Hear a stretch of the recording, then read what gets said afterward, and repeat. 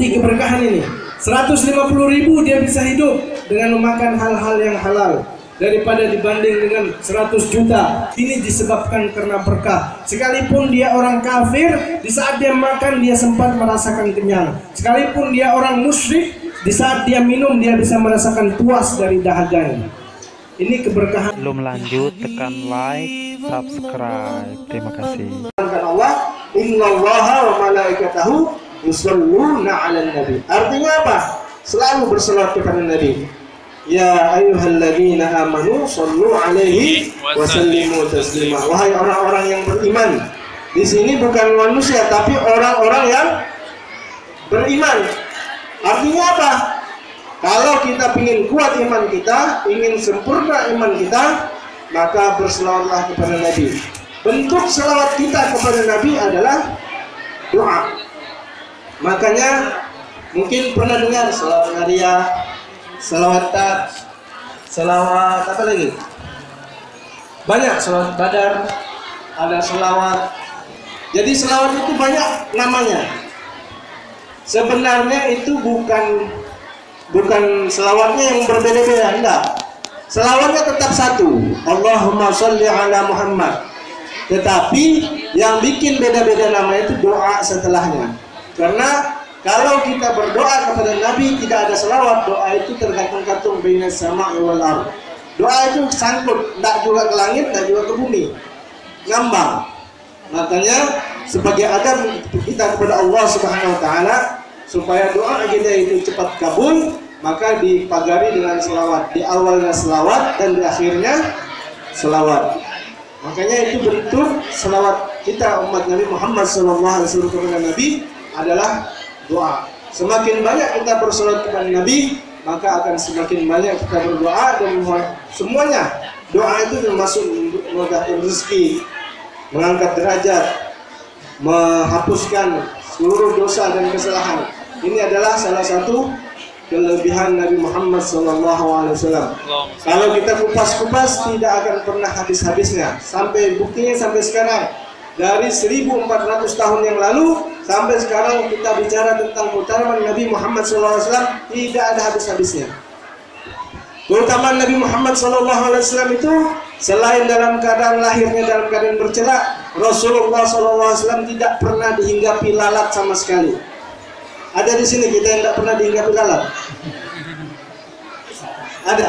Kalau ada coba, Masya Allah itu. Sekarang saya. Kalau seandainya ada manusia yang tidak pernah dihinggapi lalat selama hidupnya, itu adalah Rasulullah SAW. Kenapa Rasulullah SAW tidak pernah dihinggapi lalat sama sekali? Karena Rasulullah SAW keringatnya aja wangi. Kalau kita, keringat kita gimana? Masya Allah, asam, mencuka kalau orang muslim. Jadi istilahnya gini, ini adalah keutamaan dan kelebihan Rasulullah SAW. Kotoran beliau suci, kotoran beliau itu suci. Jadi ada salah satu sahabat di mana Rasulullah SAW habis dibekam. Tahu bekam ya? Bekam ini yang disedot darahnya nih. Jadi Rasulullah SAW dibekam, kemudian darah bekas bekamnya itu diserahkan kepada salah satu sahabatnya. Kemudian Rasulullah katakan, kau simpan di mana orang lain tidak melihatnya. Simpan darah ini di mana orang lain tidak melihatnya. Dibawa oleh sahabat ini. Kemudian setelah itu dia simpan, dia kembali. Ternyata bukan disimpan di mana-mana. Di mana disimpannya? Diminumnya dari Rasulullah SAW. Diminumnya. Kemudian Rasulullah SAW tanya, Rasulullah benar sudah tahu kalau darahnya diminum oleh sahabatnya. Sambil senyum Rasulullah bertanya, di mana kau letakkan darahku tadi? Wahai Rasulullah, darahnya aku simpan di tempat yang di mana orang tidak melihatnya, di mana orang tidak mengetahuinya. Di mana? Dalam perutku. Darah ini akan najis. Kalau darah kita najis, tapi kalau darah Rasulullah SAW tidak. Diminum oleh sahabatnya tadi. Kemudian Rasulullah katakan, engkau akan dihindarkan dari siksa api neraka selama darah itu ada dalam tubuhmu. Kemudian selama engkau tidak bersumpah palsu. Bayangkan, Rasulullah SAW punya darah itu bisa memberikan syafaat bagi yang minumnya. Apalagi kita nanti umat Rasulullah SAW, di mana di hari kiamat nanti tidak ada syafaat, tidak ada penolong kecuali Rasulullah SAW. Tidak ada. Mungkin hari ini kita masih bisa minta pertolongan sama tetangga kalau seandainya kita kesulitan. Masih bisa kita minta pertolongan sama teman seandainya kita memiliki kesulitan. Tetapi di hari kiamat nanti, yauma yafirrul mar'u min akhihi wa ummihi wa abihi wa sahibatihi wa banihi, di mana orang akan berlarian dari siapa? Yauma yafirrul mar'u min akhihi, lari dari saudaranya. Saudaranya dia lari, lupa sudah.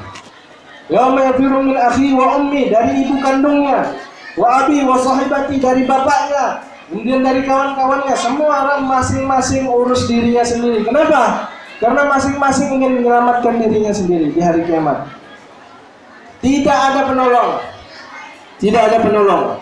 Kecuali kalau kita semasa hidup kita, selain perintah-perintah yang diperintahkan kepada kita banyak membaca selawat.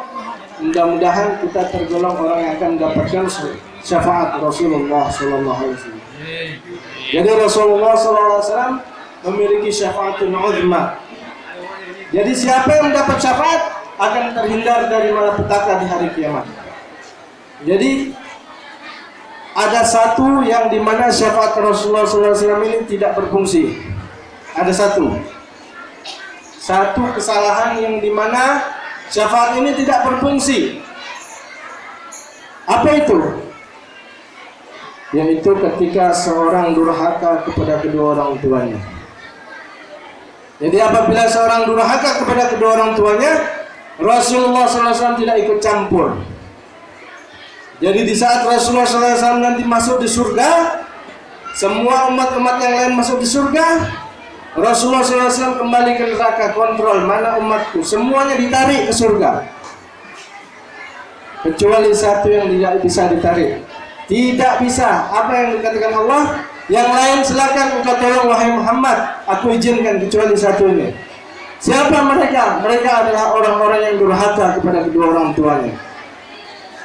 Rasulullah SAW sujud kepada Allah Subhanahu Wa Taala untuk memohonkan ampun agar umatnya yang tadi durhaka kepada orang tua ini dikembalikan ke surga. Allah katakan, bukan untukmu, bukan untukmu wahai Rasulullah, wahai kekasihku. Orang yang durhaka ini adalah urusannya kepada orang tuanya. Rasulullah SAW berusaha bagaimana caranya agar mereka bisa keluar dari neraka. Rasulullah SAW terus memperjuangkan umatnya. Akhirnya apa? Allah katakan bisa, kecuali orang tuanya ridha. Seketika itu juga Rasulullah keliling mencari di mana orang tua yang didurhakai tadi, kemudian ditemukan, kemudian dimintakan ampun agar anaknya yang tadi durhaka bisa diampuni. Apa yang dikatakan orang tuanya? Tidak, kami tidak akan memaafkan mereka. Apa yang terjadi kalau tidak dimaafkan? Tidak ada yang bisa keluar dari neraka. Rasulullah SAW panggil orang tuanya, kemudian didengarkan rintihan-rintihan siksaan anaknya tadi di neraka. Karena hati orang tua ini lembut. Sekasar apapun orang tua, sejelek apapun anaknya, sekasar apapun anaknya, namanya orang tua memiliki rahmat. Dia akan tetap, yang namanya anaknya tidak akan suka kalau anaknya itu disiksa. Setelah mendengar anaknya disiksa, barulah mereka memaafkan. Artinya apa? Dari kisah ini tidak ada campur tangan Allah maupun Rasulullah seandainya seorang itu durhaka kepada kedua tuanya. Ada dua maksiat yang dikes di dunia, yang langsung dikes di dunia azabnya. Yang pertama, orang yang memutus tali silaturahim. Kemudian yang kedua, orang yang durhaka kepada kedua orang tua. Orang yang memutus tali silaturahim, ar-rahim di sini terbagi menjadi dua, ar-rahim secara umum maupun ar-rahim secara khusus. Ar-rahim secara umum yaitu sesama muslim semuanya. Ar-rahim secara khusus apabila kita masih ada hubungan darah, sepupu, paman, adik, keponakan, apabila kita tidak berkeluarga sama mereka ini, maka seketika itu juga Allah memberikan azab kepada kita. Azabnya bukan azab yang seperti kita lihat, bisa jadi azabnya yang kita tidak lihat. Azabnya tidak kita ketahui, bisa dicabut keberkahan hidup kita, bisa dicabut pengetahuan kita, bisa dicabut seluruh yang apa yang menjadi nilai-nilai positif dari kita, Allah cabut secara dunia. Cas baterai. Ya? Masih. Jadi salah dua tadi, putus tali silaturahim, kemudian durhaka kepada kedua orang tua. Ini langsung di-cash. Ini langsung di-cash. Seandainya ada orang yang durhaka kepada kedua orang tua, kemudian orang yang memutus tali silaturahim, jangan dianggap remeh, Pak. Jangan dianggap remeh, Bu. Seandainya kita memutus tali silaturahim ini, kalau kita memutus tali silaturahimnya karena urusan akhirat, tidak apa-apa. Walaupun sampai bertahun-tahun tidak apa-apa. Artinya apa? Kita tidak menegur saudara kita karena dia tidak sholat. Kita tidak menegur saudara kita karena dia tidak ngaji. Kita tidak menegur saudara kita karena hal-hal yang berkaitan dengan kepentingan akhirat, itu tidak apa-apa. Karena para sahabat ada yang tidak berteguran dengan saudaranya selama 15 tahun. Kenapa? Karena saudara yang diajak sholat tidak mau sholat, tidak ditegurnya. Sampai saudara yang sholat baru ditegurnya. Tidak masalah. Tapi kalau masalah dunia, masalah hutang piutang, masalah tanah, masalah pinjam meminjam, tadi bajunya dipinjam katanya 3 hari, tapi sebelum itu belum dikasih kembali, dari tegurnya sampai berbulan-bulan, bahaya. Ini bahaya. Kalau masalah dunia tidak berteguran, bahaya. Waktunya cuma 3 hari, tidak boleh lebih dari 3 hari. Ini dia pinjam uang, janjinya sebulan. Setelah sebulan tidak dibayarnya, tidak berteguran gara-gara utang uangnya. Sampai bertahun-tahun. Ini tidak boleh. 3 hari dia belum masalah dunia, batasnya cuma 3 hari. Masalah dunia batasnya cuma 3 hari. Kalau masalah akhirat sampai bertahun-tahun pun tidak apa-apa. Jadi ini masalah tentang memutus tali silaturahim. Orang yang memutus tali silaturahim itu hidup rezekinya susah. Kenapa? Tadinya masalahnya cuma tidak berteguran. Tadi ini dia punya dagangan sebenarnya bisa dibeli sama dia, tapi karena tidak berteguran, nggak bisa dia jadi konsumen. Dia cari dagang lain di sini, aduh ada masalah sama kampung ini. Mau kampung ini, jadi bisa masuk dari kehidupan sempit. Bagi kalau orang yang sendiri silaturahmi, dia akan dapat dagangan, banyak dapat relasi, banyak dapat pengalaman, banyak dapat informasi. Berapa kali ganti mic sudah? Tapi suaranya saya yang pelan atau gimana nih? Powernya kuat ya? Bisa-bisa didengar ya? Jadi ada waktu berapa menit lagi? Masih 3 jam lagi. Kalau 3 jam lewat pula waktunya. Jadi Bu, Bapak, ini yang diajarkan oleh Rasulullah SAW, tidak boleh namanya kita memutus silaturahim, kemudian durhaka kepada kedua orang tua. Terus bagaimana supaya anak putra putri kita beriman? Ini kembali ke tema, beriman kepada Allah Subhanahu Wa Taala dan beriman kepada Rasulullah SAW. Seperti kita ketahui sekarang, zaman sekarang ini sudah ada HP. Bagaimana lebih percaya HP daripada ibunya sekarang nih? Ya, apalagi yang kenal game online. Kalau sudah dapat game online, biar disuruh beli gula sama ibunya nggak mau sudah. Nanti dulu. Ini artinya apa? Tantangan berat bagi orang tua untuk zaman sekarang. Tantangan berat. Bukan berarti tidak dibolehkan menggunakan HP, tetapi bagaimana cara mengawalnya. Jangan sampai kebablasan. HP itu sama seperti pisau. Kalau pisau dipakai membunuh jelek, tapi kalau pisau dipakai ngupas bawang nggak apa-apa. Jadi sama fungsinya. Begitu juga kita sebagai orang tua, sebagai kakak, yang memiliki adik, kalau seandainya ada adik-adik kita atau anak-anak kita, kalau bisa ditegur. Bagaimana caranya mengurangi, jangan sampai kebablasan. Dan saya jauh-jauh, saya juga punya keponakan, saya juga punya keluarga, saya bisa lihat sendiri pengaruh HP itu sangat dahsyat. Tegak anak-anak jadinya. Cobalah disuruh main ini. Kalau sudah ketemu game, nggak tahu bagaimana. Ayat kursi pun, Al-Quran, hadis hilang, tidak dipakai. Nggak ada guna sudah. Kenapa? Karena dia percaya sudah sama HP, berimannya sama HP sudah. Bagaimana caranya kita mengurangi, jangan sampai dia menggunakan HP di waktu saat kecil itu. Karena ada masa zero, dalam pendidikan itu ada masa zero, masa kosong. Kullu mauludin yuladu 'alal fitrah, kata Rasulullah SAW. Setiap anak itu lahirnya dalam keadaan suci. Setiap anak lahir dalam keadaan suci.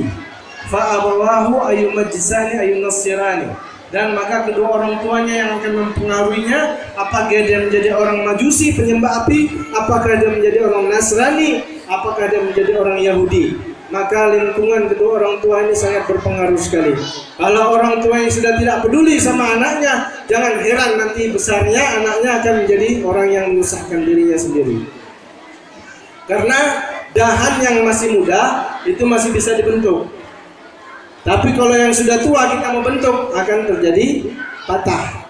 Yang masih muda masih bisa kita bentuk, kita lekok-lekok masih bisa. Jangan nanti sudah besar SMA baru bilang ini anak siapa ini? Padahal anaknya. Ini anak siapa ini? Itu kesalahan siapa? Karena sudah terjadi, karena sudah tua. Makanya ibu-ibu itu adalah tugasnya di dalam rumah, bapak tugasnya di luar rumah. Cara mendidiknya Imam Ghazali itu kalau mendidik, biasalah kita ikut. Imam Ghazali terlalu ideal. Imam Ghazali itu mendidik anaknya 25 tahun sebelum nikah. Dia mendidik anaknya 25 tahun sebelum nikah. Artinya apa? 25 tahun sebelum nikah, waktu dia bujang, dia menjaga dirinya dari memakan yang haram, menggunakan pakaian-pakaian yang haram, memandang sesuatu yang haram, mendengar perkara-perkara yang haram, melangkahkan kaki ke tempat-tempat yang haram, sehingga muncullah keturunan-keturunan yang Masya Allah. Begitu juga Imam Syafi'i. Nah, bagaimana dengan Rasulullah SAW? Begitu juga dengan zuriat Rasulullah SAW. Kemudian beriman ini ada 4 bu. Iman ini ada 4 macam. Yang pertama iman yang bertambah terus, kemudian iman yang berkurang terus, kemudian iman yang kadang bertambah kadang berkurang, kemudian iman yang tetap. Iman yang bertambah terus adalah imannya para nabi Muhammad, para nabi dan rasul, tidak pernah berkurang, bertambah terus imannya. Iman mereka terus bertambah. Kemudian iman yang berkurang terus adalah imannya iblis. Iblis mulai dari diciptakan dia, itu iblis termasuk orang yang beriman, bahkan lebih beriman dari kita. Tapi karena iblis termasuk yang dilaknat oleh Allah Subhanahu wa taala, mulai dari kekufurannya tersebut, mulai dari kesombongan tersebut, imannya berkurang sampai hari kiamat, tidak akan pernah bertambah. Kemudian ada iman yang saling bertambah dan kadang berkurang, kadang bertambah. Itu adalah imannya kita. Kadang semangat kita, sholat, mengaji sampai berjus-jus. Kalau iman kita datang nih, mau maulidan hafsi, semangat, dia ada duluan. Undangan jam 3, dia jam 1 sudah datang. Itu kalau sudah semangat, imannya ya.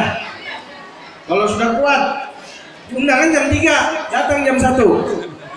Begitulah kalau itu iman kita. Tapi kalau sudah datang kurangnya, biar ditelepon, di SMS, nggak mau datang-datang, lambat. Itulah kalau sudah lagi malas.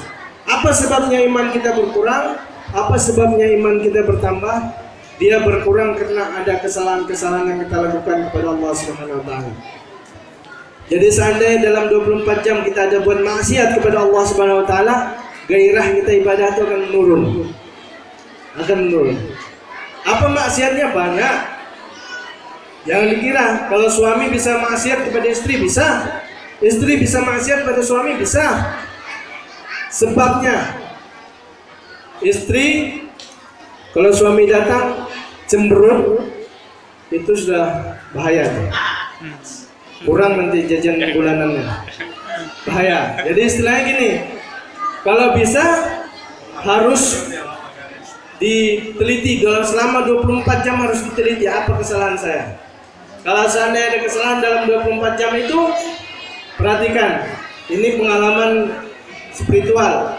Kalau seandainya kita banyak melakukan ibadah, bertambahlah iman tuh. Tapi kalau kita banyak melakukan maksiat, maka berkuranglah iman. Jadi kalau seandainya dalam hari itu kita malas untuk beribadah, berarti ada kesalahan yang kita lakukan. Cek, pasti ada kesalahan. Cek saja, masing-masing tahu kesalahan apa yang dia lakukan. Hanya Allah dan dia yang tahu, dan tetangga sebelah. Kemudian biasanya begitu ya, curhat, tahu tetangga bocor. Ini artinya apa? Maksiat yang kita lakukan itu bisa mengurangi keimanan. Inilah wajar. Makanya kalau menambah keimanan kita lakukan yang namanya ketaatan kepada Allah Subhanahu wa taala. Kemudian ada iman yang menetap, tidak berkurang dan tidak bertambah. Itu adalah imannya para malaikat. Dan itu hanya pada malaikat saja, tidak ada. Kalau iman kepada manusia itu kadang bertambah dan kadang berkurang. Kemudian berilmu. Ilmu, kita ketahui bahwa ilmu ini malam yazuk murrata ta'allumi sa'atan, dikatakan Imam Syafi'i, barang siapa yang tidak pernah merasakan pahitnya menuntut ilmu dikala dia masih muda, saat dia masih muda belia, dia tidak pernah merasakan susahnya menuntut ilmu, maka makabbir 'alaiha arba'an wafati tadarra'atul lahlatul hayati, maka dia akan merasakan kebodohan sepanjang hidupnya. Orang yang seperti ini, makabbir 'alaiha arba'an wafati, kata Imam Syafi'i, orang yang tidak pernah merasakan susahnya menuntut ilmu dikala dia masih muda, maka takbirkan dia 4 kali sebagai tanda matinya. Artinya apa?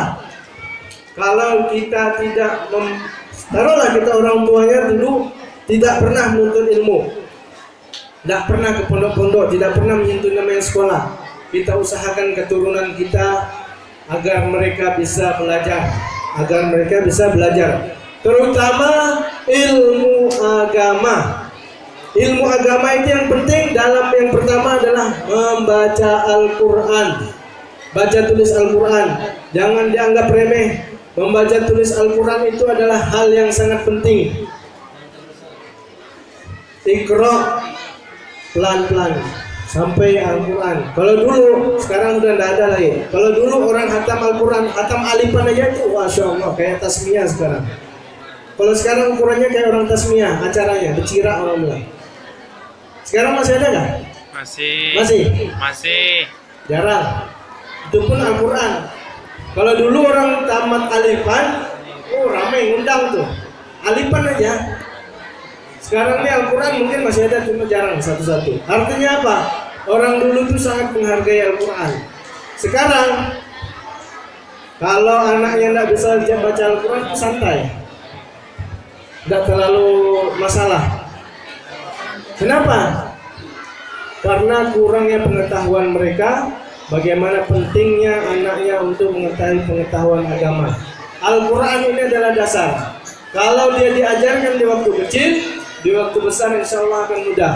Ta'allam fil sigar kan naqsi 'alal hajar, wa ta'allam fil kibar kan naqsi 'alal ma. Belajar di waktu kecil bagaikan mengukir di atas batu, dan belajar di waktu besar bagaikan mengukir di atas air. Jadi kalau kita sudah dewasa, belajar itu bagai orang yang mengukir di atas air. Artinya apa? Tidak ada bekas sama sekali. Waktu kecil bagaikan mengukir di atas batu. Artinya apa? Hafalannya, ingatannya semuanya kuat, dan itu akan membekas. Dan menuntut ilmu ini juga harus pilih-pilih. Tidak sembarang ilmu, tidak sembarang guru. Karena zaman sekarang ini banyak ilmu-ilmu yang kita bisa dapat, tapi hanya bukan seperti ilmu, tapi hanya sekedar informasi.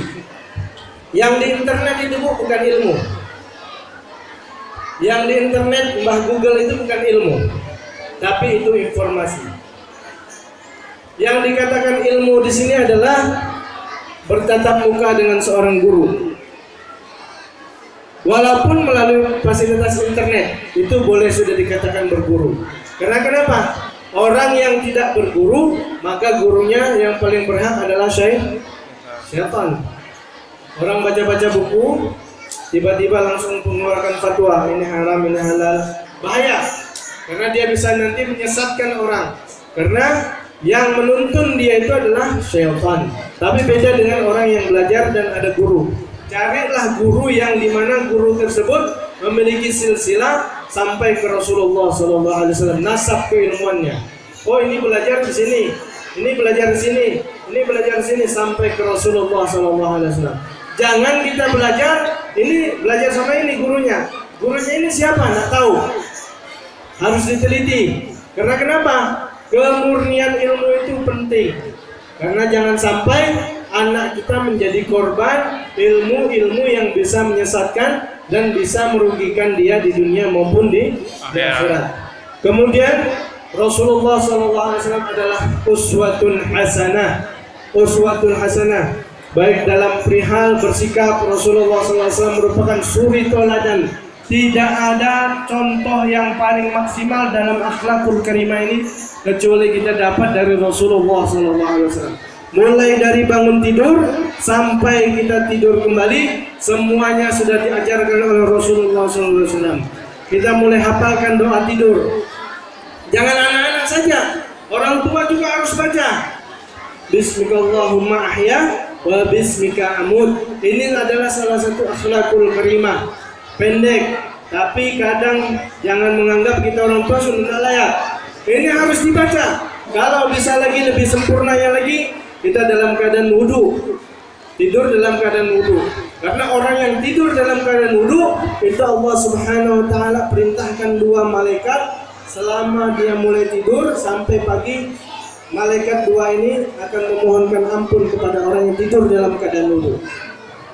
Kita wudu tidur. Allah teruskan, kau datang sama itu orang. Mulai dia terlelap sampai dia bangun lagi, kau mohon ampun terus. Mohon ampun. Bagaimana nikmatnya seandainya kita dalam keadaan wudu, kemudian baca surat Al-Ikhlas 3 kali. Karena Siti Fatimah itu membaca surat Al-Ikhlas 3 kali sebelum tidur. Sama pahalanya seperti khatam Al-Quran. Baca lagi Al-Ikhlas 3 kali, baca Al-Falaq 1 kali, An-Nas 1 kali, Al-Fatihah, kemudian ayat kursi, tidur. Alangkah nikmatnya seandainya malam itu kita dicabut oleh Allah Subhanahu Wa Taala. Dicabut dalam keadaan husnul khatimah. Karena tidak ada cita-cita kita lagi sekarang. Kita ingin mengikuti Rasulullah SAW. Apa tujuannya? Kita mencari harta, ya, sekedar untuk mempertahankan hidup. Mencari pangkat, sekedar untuk kepopuleran kehidupan. Tapi apa semua itu punya nilai? Kalau seandainya di akhir hayatnya menjadi suul khatimah, tidak ada nilainya. Semua yang menjadi tujuan kita ini adalah bagaimana kita bisa meraih yang namanya husnul khatimah. 24 jam, mulai berpakaian, mulai makan. Allahumma barik lana fima razaqtana wa qina adzabannar. Ini sepele, tapi artinya kalau kita amalkan, Allahumma barik lana, ya Allah berkahkan bagi kami. Berkah ini ada 2, Bu. Berkah secara khusus, ada berkah secara umum. Berkah secara umum itu adalah seluruh umat manusia merasakan berkah.